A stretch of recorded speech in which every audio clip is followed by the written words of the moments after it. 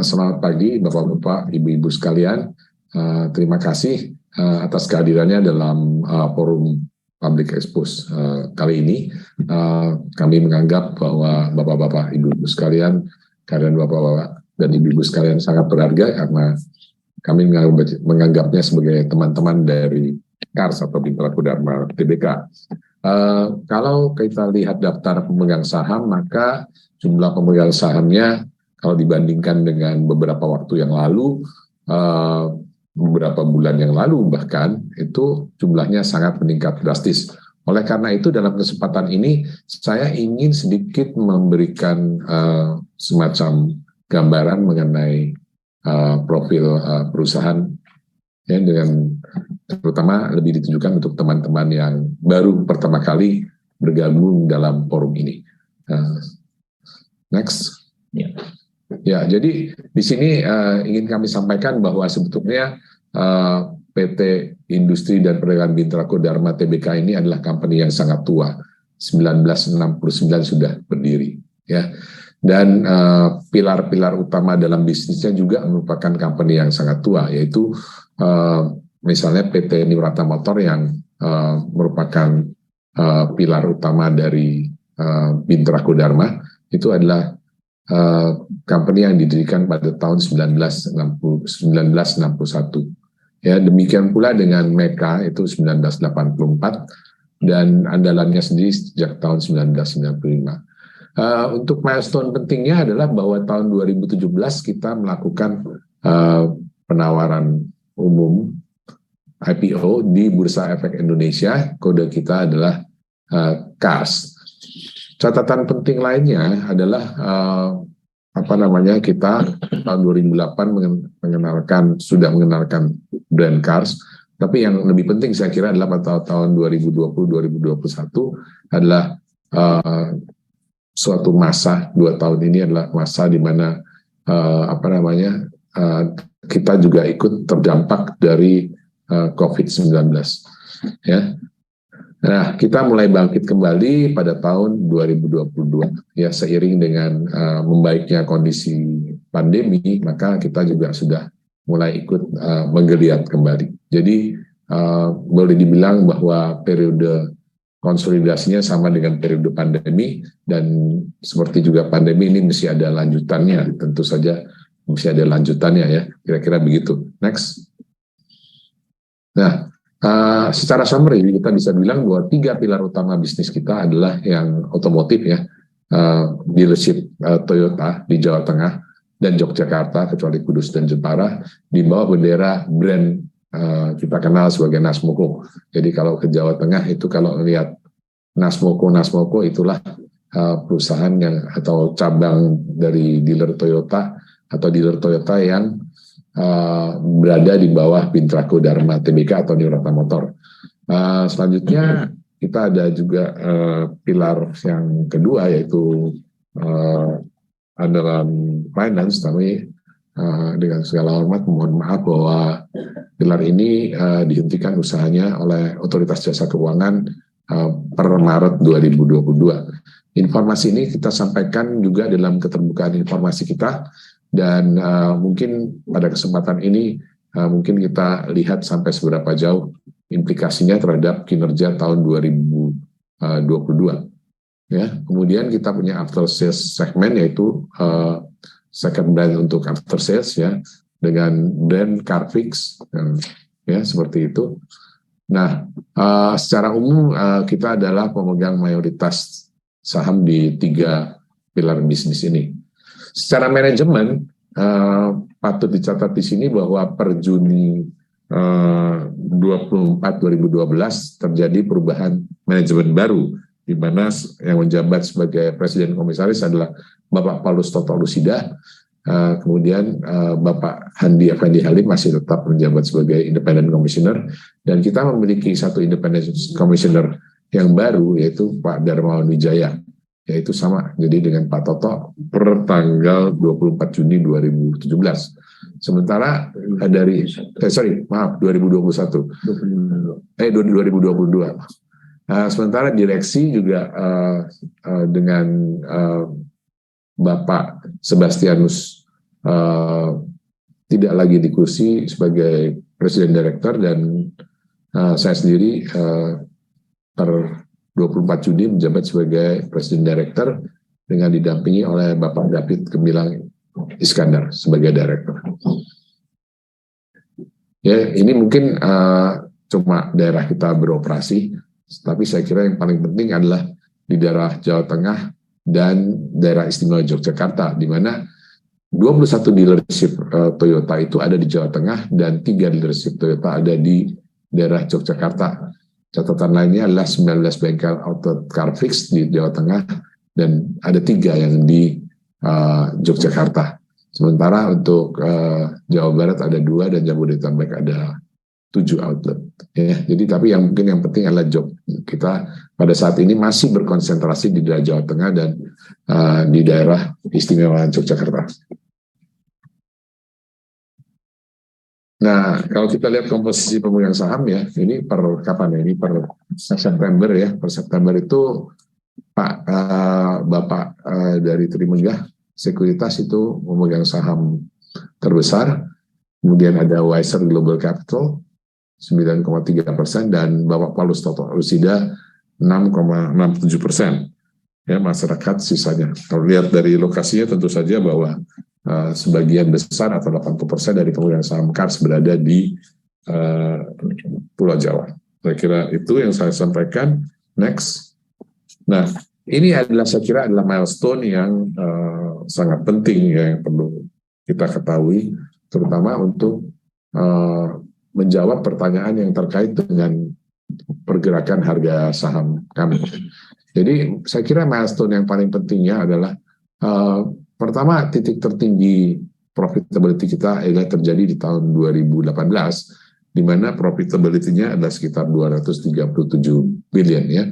Kemudian di titik terdalamnya itu adalah di tahun 2020. Di titik terdalam di sini adalah sebesar 991 miliar loss ya.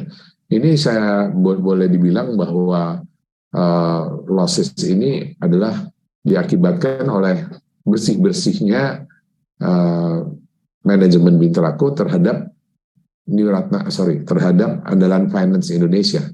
Ya, jadi itu ada periode bersih-bersih lah di periode 2020 ini yang audited ya.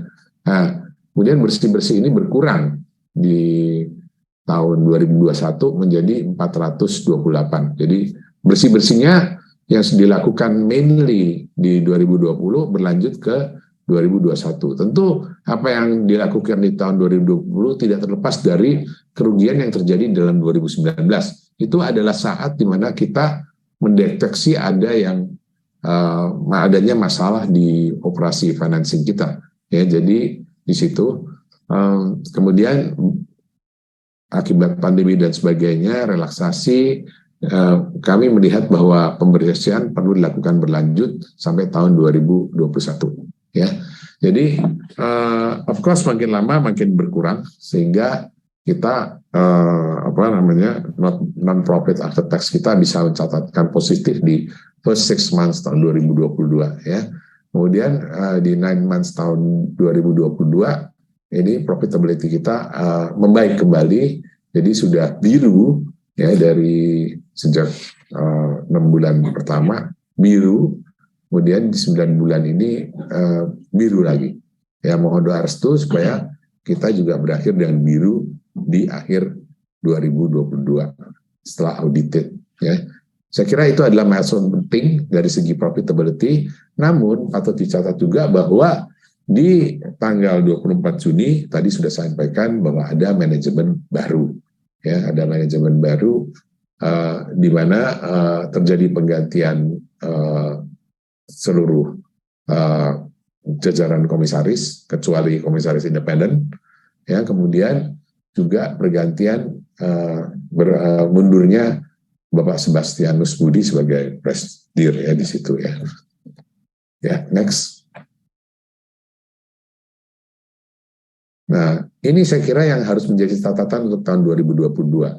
Tahun 2022 adalah masa di mana boleh dibilang ada kejutan ya di global economy sendiri. Global economy sendiri itu kalau masalah Ukraine, naiknya harga komoditi, ya kemudian di belakangan ini dolar yang menguat terhadap global currency, ya. Namun di Indonesia sendiri bagaimana? Tentu ada dampak karena kita adalah bagian dari ekonomi global. Namun kita masih beruntung di sini bahwa daerah-daerah komoditas kita masih memberikan kontribusi positif, sehingga kontribusi mereka kita lihat terhadap gross domestic product itu naik. Contohnya di daerah Sumatera, Kalimantan, Sulawesi, sementara di daerah Jawa itu mungkin berkurang sedikit. Ya, saya kira berkurang sedikit kontribusinya terhadap perekonomian nasional. Nah, ini yang ingin saya garis bawahi, itu mempunyai dampak terhadap penjualan mobil. Penjualan mobil kita highly correlated dengan pertumbuhan ekonomi, di mana di Jawa ini pertumbuhan ekonominya boleh dibilang flat atau slightly decrease atau berkurang sedikit ya, 0, sekian, tapi itu menyebabkan meskipun ada kenaikan, kalaupun ada kenaikan di penjualan Toyota, kenaikannya sedikit, ya, jadi kenaikannya cuma 1%, itu seperti itu. Ya, namun kontribusi atau profitabilitasnya cukup baik. Cuman saya ingin menggarisbawahi situasi kondisi makro di sini, di mana Jawa itu kenaikan pertumbuhan ekonominya tidak seperti di daerah komoditas Sumatera, Kalimantan, dan Sulawesi. Ya, jadi seperti itu catatannya. Kita lanjutkan lagi, maka kalau kita lihat secara nasional, maka memang penjualan mobil secara nasional masih naik, terutama di daerah-daerah yang komoditasnya masih bagus gitu ya. Jadi kalau di Toyota, di dalam grup Toyota sendiri mungkin kita posisinya agak di belakang dari yang memiliki atau yang menguasai leadership di daerah Sumatera, Kalimantan, dan Sulawesi. Ya, jadi secara nasional memang masih bertambah 21%, suatu berita yang baik juga, dari 627.000 menjadi 758.000. Ya, ini terutama kenaikan di kendaraan penumpang. Ya, kemudian untuk di daerah Jawa Tengah sendiri itu tambahnya bukan 21%, tapi tambahnya juga cuma 4%. Nah, kita lihat di Toyota sendiri porsinya di sini menunjukkan bahwa kompetitivitas Toyota untuk daerah Jawa Tengah ya itu cukup baik ya, di daerah Jawa Tengah cukup baik, di mana Jawa Tengah dan Jogja ini Toyotanya 28%, di tahun 2022 9 bulan ini mencapai 29,5%. Artinya Toyota masih tetap dicintai, bahkan lebih dicintai lagi di daerah Jawa Tengah.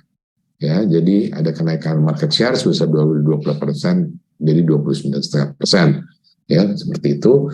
Dan meskipun kalau dibandingkan kenaikannya dengan Daihatsu, ya saudara tiri itu kenaikannya lebih baik lagi. Ya, kemudian ya beberapa merek mengalami penurunan. Saya kira ya kita tahu penurunannya ada di daerah merek-merek yang lain. Saya tidak perlu ungkapkan di sini. Next. Nah, sekarang adalah kinerja keuangan perusahaan. Saya kira ini adalah hal yang dinanti-nanti.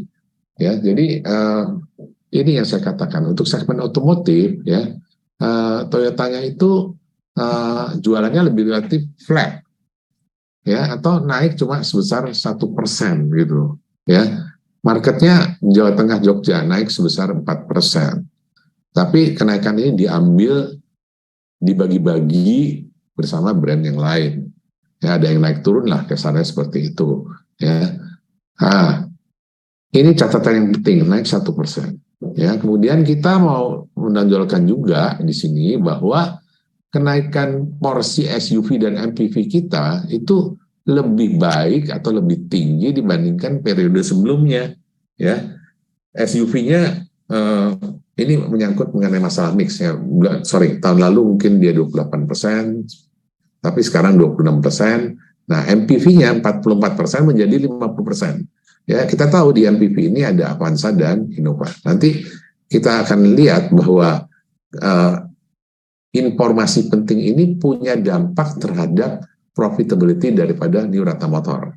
Ya, Demikian juga LCGC ya. LCGC porsinya berkurang menjadi 20% dari total sales kita. Yang lainnya kecil-kecil lah ya.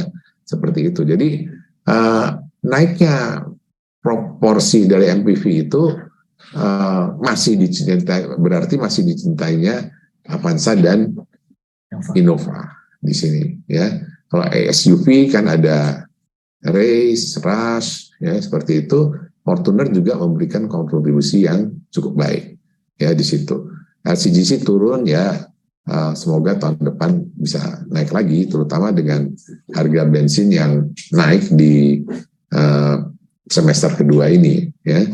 Mudah-mudahan ke depan bisa memberikan kontribusi yang lebih baik, karena ini kan mobil kecil yang tentu efisiensinya juga lebih baik. Dari segmen pembiayaan seperti kami sampaikan sebelumnya, ini adalah segmen bersih-bersih kita.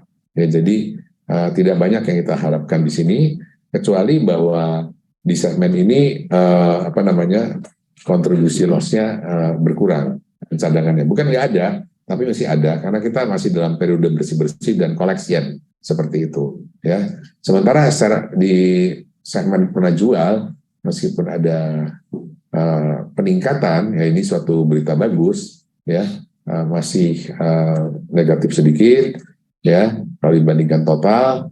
Jumlah outletnya juga kita masih terbatas di 31 outlet, ya. Tapi ke depan kami harapkan ini bisa memberikan kontribusi yang positif dengan perubahan strategi yang dalam proses perencanaan dan dalam proses akan dilaksanakan di tahun depan. Next.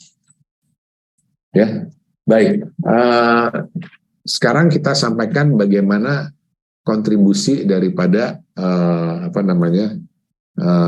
Bintrako Dharma, komponennya apa saja ya, kalau bisa sampai pada perubahan di laba bersih ya.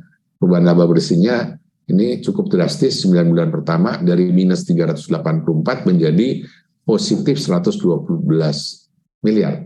Ini artinya peningkatan sebesar 129%. Jadi dari negatif 384 miliar menjadi 112 miliar.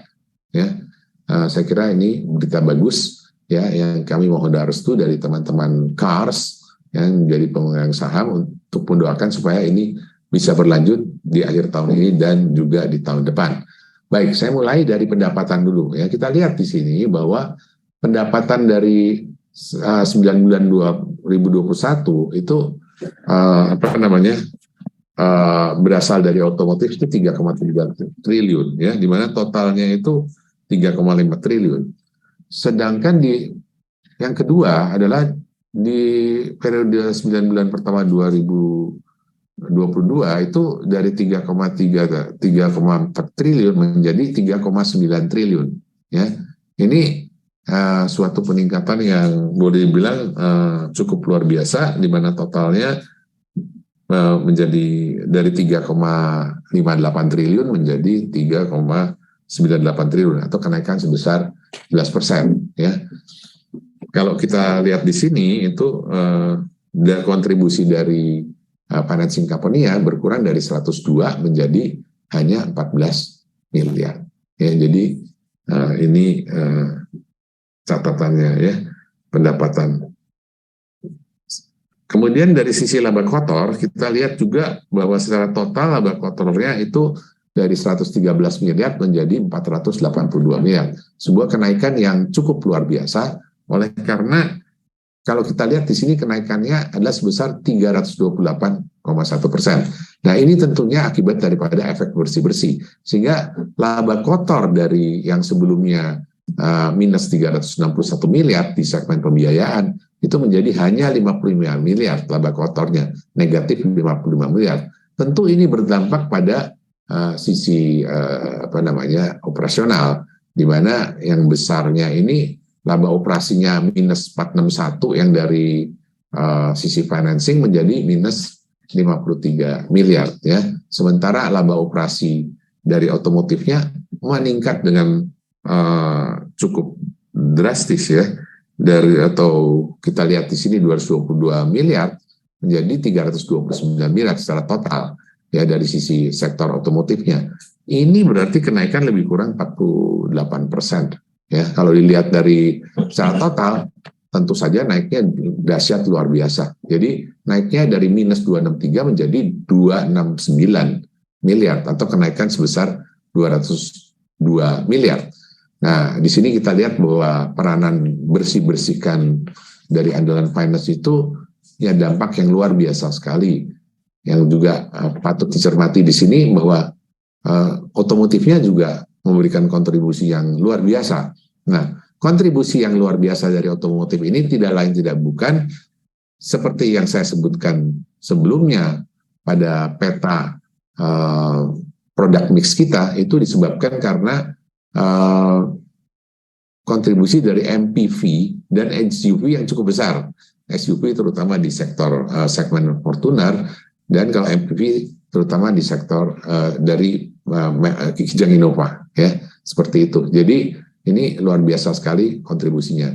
Dengan demikian maka kita bisa simpulkan bahwa ada kenaikan laba bersih sebesar 129% atau dari minus 384 menjadi positif 212 miliar. Ya. Sementara kalau kita lihat dari aset itu masuk lebih kurang sama. Ya, ya di situ pembiayaannya, aset pembiayaannya yang sudah ditajangkan juga berkurang ya, dari 1,2 triliun jadi 876 triliun miliar, sorry. Ya, sementara aset dari sisi apa namanya? Dari sisi accounting Desember 2021-nya sekitar 3 triliun, ini 3 triliun juga lebih kurang ya, 3,025. Nah, ini disebabkan karena meskipun di sektor otomotif ini lebih kurang sama. Nah, ini kenapa? Karena sebetulnya ada efek daripada produk mix yang mengunggulkan Innova dan Avanza, ya. Kalau nggak ada di inventory ya ada di AR gitu, ya. Jadi asetnya merefleksikan hal tersebut ya. Meskipun kalau kita lihat dari turnovernya juga lebih cepat sebetulnya, ya. Nah, untuk sisi liabilities ini yang menarik dari sisi liabilities ya. Aset tadi berkurang ya, tapi lebih kurang lah, masih sama lah sekitar 4 triliun. Aset berkurang ini bagus karena banyakkan asetnya di working capital asset. Untuk liabilitas ini sesuatu yang barangkali menarik sekali bahwa liabilitasnya berkurang nih 11,5%. Ya 11,5% ini artinya pengurangan sebesar 443 miliar. Ini adalah bagian dari upaya kita untuk mengurangi hutang, ya, untuk memperbaiki capital structure di grup ini. Terutama kita ingin menjaga kesehatan di capital structure di New Rata Motor, sementara membenahi atau membereskan di andalan finance-nya, seperti itu, ya, membereskan di andalan finance-nya, ya. Dengan adanya, saya kira demikian informasinya, sehingga liabilitas kita secara total berkurang 11% atau 440-an miliar. Kalau kita lihat dari ekuitas, tentu adanya laba menyebabkan ekuitas kita juga bertambah ya sebesar 24% dari Desember 21 490 menjadi 608. Jadi lumayan pertambahannya seperti itu ya, sehingga menjadikan Mitra Dharma atau KARS ini menjadi lebih sehat dengan posisi 608 ya. Di sini kita lihat bahwa kontribusi ekuitas yang besar masih berasal dari segmen otomotif sebesar 1,484. Sementara di ini berkurang ya, yang ekuitasnya berkurang atau membaiklah sebetulnya di 845 ya. Ini karena masalah pembayaran lah sebetulnya seperti di situ ya. Kira-kira seperti itu. Selanjutnya lagi saya kira saya tunggu tanya jawabnya dan juga sumbang saran barangkali dari audiens.